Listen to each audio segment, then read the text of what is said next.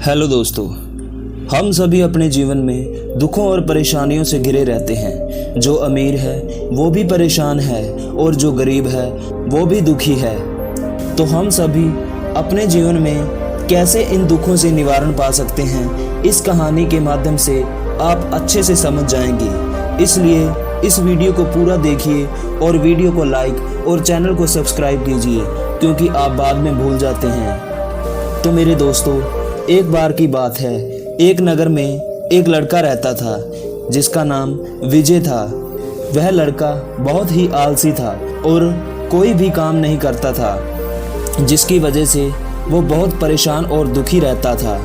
घर वाले भी उसे ताने मारते रहते थे और उसे कहते थे कि उसके दोस्त मित्र काम करते हैं और तुम मुफ्त की रोटियां खाते रहते हो। और उसके दोस्त मित्र भी उसका बहुत मजाक उड़ाते थे। वह जब भी किसी से मिलता या अपने रिश्तेदारों के पास जाता तो वह जब भी उससे पूछते कि तुम क्या काम करते हो, तो इसका जवाब उसके पास नहीं होता और वह बहुत ही शर्मिंदा होता, जिसकी वजह से उसने अब किसी से भी मिलना बंद कर दिया था। और अब वह घर पर अकेले ही रहता था और अपनी किस्मत को कोसता रहता था और ईश्वर को ऐसी जिंदगी देने के लिए दोष देता रहता था। उसे अपना जीवन बोझ लगने लगा था और उसके मन में अजीब अजीब से ख्याल आने लगे थे। एक दिन वह नगर में ऐसे ही घूम रहा था तो उसे नगर में एक भिक्षु दिखाई दिया, जिसके पास बहुत सारे लोग बैठे हुए थे और वह भिक्षु दुखों और परेशानियों पर उपदेश दे रहे थे। तो विजय भी उस संगत में जाकर बैठ गया और प्रवचन सुनने लगा। भिक्षु बता रहे थे कि दुख हमारे जीवन में एक शिक्षक की तरह आते हैं। हम जीवन में आए हुए दुखों से सीख लेकर जीवन में बहुत कुछ हासिल कर सकते हैं या एक कोने में बैठकर सिर्फ रो सकते हैं। भिक्षु की ये बातें विजय बहुत ही ध्यान से सुन रहा था। फिर उसने खड़े होकर भिक्षु से कहा कि ऐसे प्रवचन देने से कुछ नहीं होता। जिसके जीवन में दुख होता है ये उसी को मालूम होता है। दुख वो दर्दनाक पीड़ा है जो ना तो मरने देता है और ना ही जीने देता है। इसके आगे कोई भी नहीं टिक सकता। इसके आगे तो मौत भी छोटी लगती है। युवक के ऐसा कहने पर भिक्षु ने कहा कि तुम्हें क्या दुख है, मुझे बताओ। तो विजय ने अपने सारे दुख और परेशानियां भिक्षु को बताई और कहा कि आपके पास कोई समाधान है मेरी इन परेशानियों का। फिर भिक्षु ने कहा कि यह कोई असली दुख नहीं है। जब तुम्हारे जीवन में असली दुख होगा तब तुम मुझे बताना, मैं अवश्य ही तुम्हारे दुखों का समाधान करूंगा। ये सब कहने के बाद भिक्षु ने अपनी बात खत्म की और विजय भी वहां से लौट आया। फिर उसने अपने माता पिता और दोस्तों के तानों से परेशान होकर कोई काम करने का फैसला किया। उसने एक छोटा सा व्यापार शुरू किया, पर वो इस काम में अभी सफल नहीं हो पा रहा था। पर वह इस काम को बड़े ही लगन और मन लगाकर लगातार करता रहा और कुछ समय बाद उसे कामयाबी मिलना शुरू हो गया। वह अब इस नगर का सबसे बड़ा व्यापारी बन गया था और उसने अच्छा खासा धन भी कमा लिया था। अब सभी दोस्त और रिश्तेदार विजय को प्यार करते थे और उसकी परवाह करते थे। नगर के सभी लोग उसकी बहुत तारीफ करते थे। जो लोग उसका मजाक उड़ाते थे अब वह उसके दोस्त बनना चाहते थे। अब वह अपने जीवन से बहुत खुश था। एक दिन उसके कुछ मित्रों ने उसे सलाह दी कि तुम इस नगर के सबसे बड़े व्यापारी हो, तो देखो लोग तुम्हारी कितनी इज्जत करते हैं, और अगर तुम इस राज्य के सबसे बड़े व्यापारी बन जाओ तो सभी लोग तुम्हें जानने लगेंगे, सभी लोग तुम्हारी इज्जत करेंगे और बहुत सारे लोग तुम्हारे साथ जुड़ना चाहेंगे और वह इस राज्य का राजा भी तुम्हारे साथ दोस्ती का हाथ बढ़ाएगा। दोस्तों की यह बात विजय को बहुत पसंद आई और वह ज़्यादा अमीर बनने के लिए धन इकट्ठा करने लगा और इसका ध्यान बस इसी बात में रहता था कि वो इस राज्य का सबसे बड़ा व्यापारी और सबसे बड़ा अमीर आदमी कैसे बने। इसलिए उसने जल्द से जल्द अमीर होने के लिए गलत काम करना शुरू कर दिया। उसने अपने व्यापार को बढ़ाने के लिए बहुत सारा धन उधारी पे उठा लिया और अपने दोस्तों मित्रों से भी धन उधार मांगने लगा। अब उसने अपने सामान में भी मिलावट करना शुरू कर दिया था। वह अपने छोटे व्यापारियों के विरुद्ध साजिश रचने लगा था और उन्हें डराने और धमकाने भी लगा था। जिसके स्वरूप वह बहुत सारा धन तो कमा रहा था और पहले से ज्यादा अमीर भी हो गया था, पर उसके मन में शांति नहीं थी। वह बहुत परेशान रहने लगा था। उसे रातों को नींद नहीं आती थी। वह बहुत ही दुखी हो गया था। एक दिन विजय परेशान होकर उसी भिक्षु के पास गया और कहा कि हे महात्मा, आपने मुझे कहा था कि जब तुम्हारे जीवन में सच्चा दुख होगा तब तुम मेरे पास आना, मैं तुम्हारी समस्या को दूर कर दूंगा। तो महात्मा, मैं बहुत परेशान हूँ। मेरे पास दुनिया भर के ऐशो आराम हैं, मेरे पास धन संपत्ति और दुनिया भर के सभी अच्छे रिश्ते हैं, मगर फिर भी मैं परेशान हूँ। मुझे रातों को नींद नहीं आती है, मैं क्या करूँ? फिर भिक्षु ने उस युवक से कहा कि जब तुम पहली बार मेरे पास आए थे तो तुमने मुझे अपना दुख बताया था, तो तुमने उस दुख से क्या सीख ली? फिर उस युवक ने उत्तर दिया कि सिर्फ सोचने और चिंता करने से हमें कुछ नहीं मिलने वाला है। हमें इसके लिए कड़ी मेहनत करने की जरूरत है, और सिर्फ मेहनत करने से भी कुछ हासिल नहीं होता है, हमें इसका परिणाम भी मिलना जरूरी है। जब हमें लगे कि हमें अपना लक्ष्य हासिल होने वाला है, तब रास्ते में चाहे कितनी भी परेशानियां क्यों ना आए, मन निराश क्यों ना हो कि अब कुछ नहीं होने वाला है, तब खुद पर पूरी तरह से विश्वास करो कि मैं जो भी कर रहा हूँ उसमें अवश्य ही सफल होऊंगा, क्योंकि लोग सिर्फ सफल और कामयाब लोगों का ही सम्मान करते हैं। कोई चाहे कितना भी अच्छा क्यों ना हो, लेकिन अगर वो अपने जीवन में सफल नहीं है तो लोग सिर्फ उसे बोझ ही समझते हैं। फिर भिक्षु ने उसे उत्तर दिया, ये तुम्हारा कोई वास्तविक दुख नहीं है। जब तुम्हारे जीवन में वास्तविक दुख होगा तब तुम मेरे पास आना, मैं तुम्हारे दुख को दूर कर दूंगा।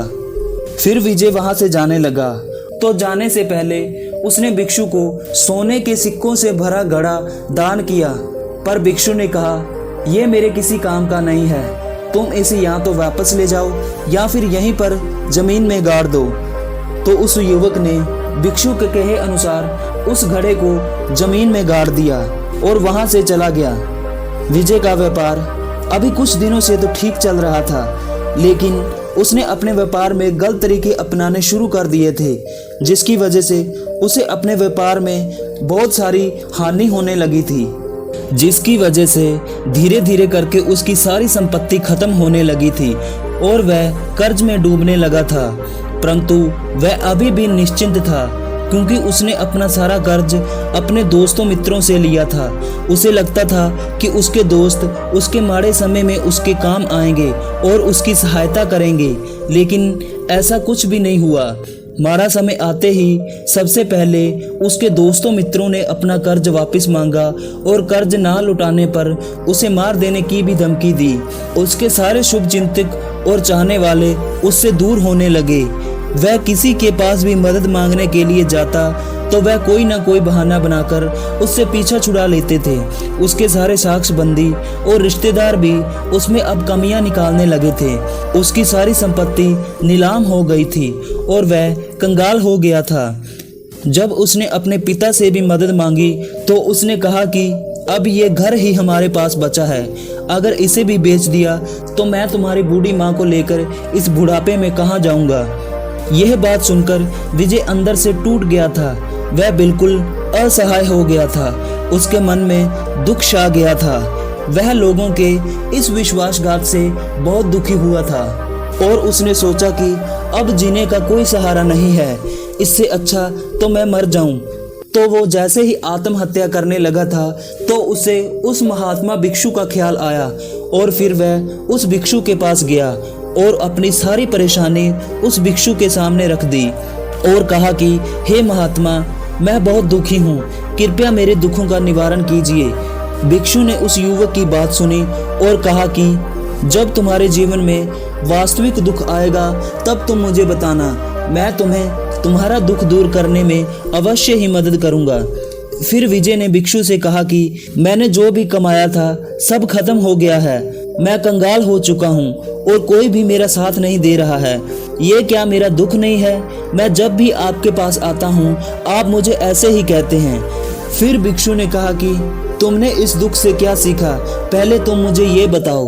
फिर विजय ने उत्तर दिया कि जो भी लोग तुम्हारे जीवन में आते हैं वह सिर्फ तुम्हारी सफलता और कामयाबी के कारण ही तुम्हारे साथ रहते हैं। वह हमें हमारे माड़े समय में कभी ना कभी धोखा जरूर देते हैं, पर ऐसे कुछ लोग होते हैं जो हमारे माड़े और बुरे समय में भी हमारे साथ खड़े रहते हैं।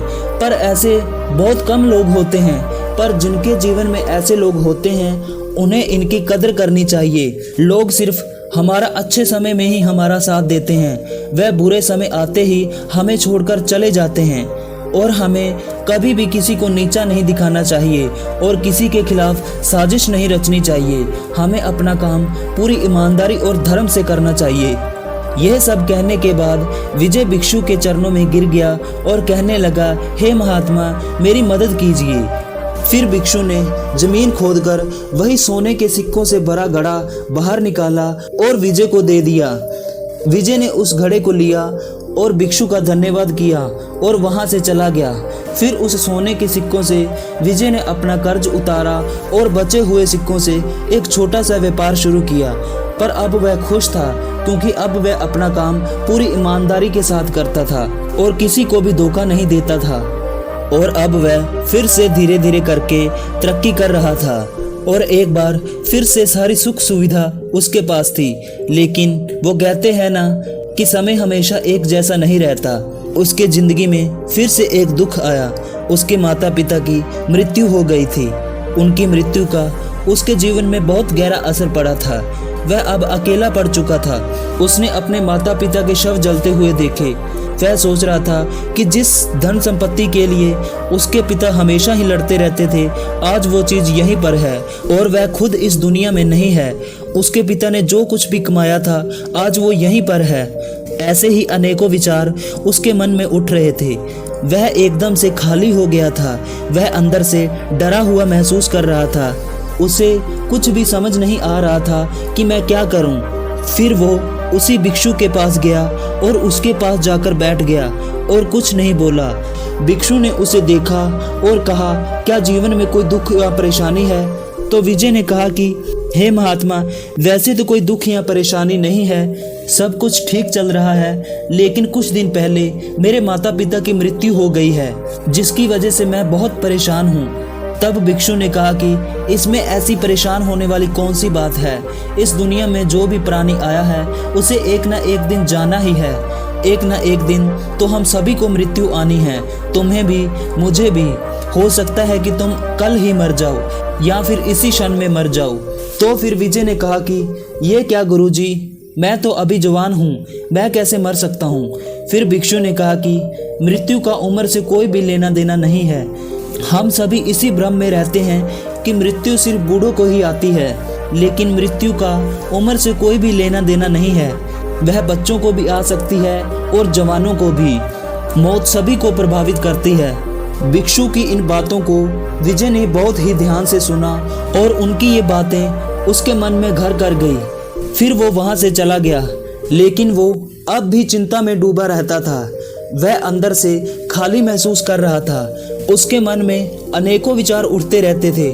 उसके दिमाग में यही चलता रहता था कि वो कौन है, वह इस दुनिया में क्यों आया है, इस जीवन का लक्ष्य क्या है।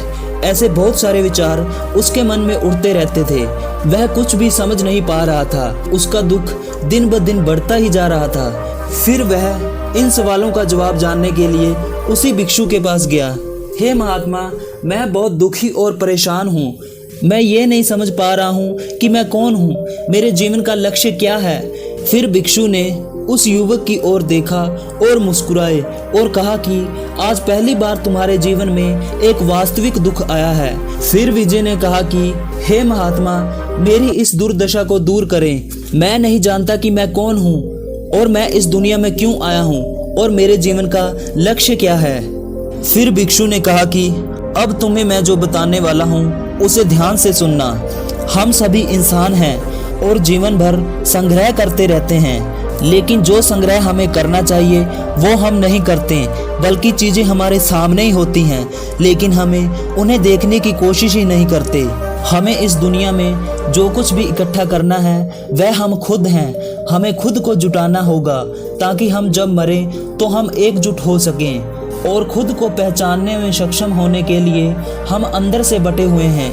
हम प्यार, नफरत, गुस्सा और ईर्ष्या में बटे हुए हैं। क्रूरता, धन संपत्ति, प्रतिष्ठा, सम्मान, पहचान, धर्म, जाति, सैकड़ों हजारों ऐसी चीजों और दिशाओं में हम विभाजित हैं और टुकड़ों में जीवन जी रहे हैं। हमारी चेतना शक्ति भी एक नहीं हो सकती। हमारी चेतना शक्ति बिखरी हुई है, इसलिए हमारे पास इतना समय नहीं, इतनी ऊर्जा नहीं है कि हम मुड़कर अपने अंदर देख सकें। वास्तव में धन, सम्मान और सुविधाओं के अभाव को ही लोग दुख समझते हैं और जीवन भर के लिए इसे ही दुख कहकर रोते रहते हैं और समाधान खोजने का प्रयास करते रहते हैं। उन्हें इसका समाधान कभी नहीं मिलेगा, क्योंकि लोग इन्हें दुख कहते हैं और वास्तव में ये असली दुख है ही नहीं। ये तो सिर्फ मनुष्य की एक इच्छा है और मनुष्य की इच्छा कभी भी पूरी नहीं होती। इसलिए व्यक्ति को अपने प्रश्नों का समाधान नहीं मिलता। इसलिए इन सबसे परे आप अपने दुखों का परम समाधान चाहते हैं तो सबसे पहले तुम्हें खुद को समेटना होगा। इस दुनिया से अपनी ऊर्जा वापस ले लो और इकट्ठा करो। अपने आप पर तुम ध्यान केंद्रित करो, स्वयं को जान लो। अपनी मृत्यु से पहले तुम खुद को जान लो। फिर विजय ने उस भिक्षु से कहा कि हम संसार को छोड़ दें, हमें किसी से भी प्रेम नहीं करना चाहिए, हमें अपनी सारी इच्छाओं और भावनाओं को मार देना चाहिए, हमें धन संपत्ति संग्रह नहीं करना चाहिए, हमें लोगों से सम्मान की इच्छा छोड़ देनी चाहिए।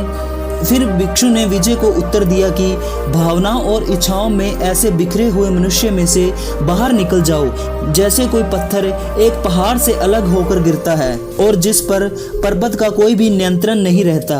अनियंत्रित मन इच्छाएं करते रहता है और कल्पना करता रहता है और खुद ही दुखी होता रहता है। लेकिन जब हम मनुष्य अपने मन को एकांतरित करते हैं, तब वह जो कुछ भी करता है वह सब उसके नियंत्रण में होता है। फिर उसकी इच्छाएं भी उसकी इच्छा से ही उत्पन्न होती है। हमारे इस मानव शरीर में बहुत ही ऊर्जा और शक्ति मौजूद है, लेकिन ये सिर्फ फालतू के कामों में बटी हुई है, बेकार की बातों में लगी है। हमारा शरीर बहुत ही शक्तिशाली मशीन की तरह है, पर मनुष्य बिना सोचे समझे अपनी शक्ति को बर्बाद कर रहा है, और वो भी बिना किसी नियंत्रण के। इसलिए अपनी शक्ति पर ध्यान दें और अपनी चेतना को इकट्ठा करें। भिक्षु की इन बातों से विजय को अपने सारे प्रश्नों के उत्तर मिल गए और उसने भिक्षु का धन्यवाद किया और वहां से चला गया। तो मेरे दोस्तों, आपको ये वीडियो कैसी लगी हमें कमेंट्स में बताएं और इस चैनल को सब्सक्राइब कर लें ऐसी और लाइफ चेंजिंग वीडियोस देखने के लिए। धन्यवाद। नमो बुद्धाय।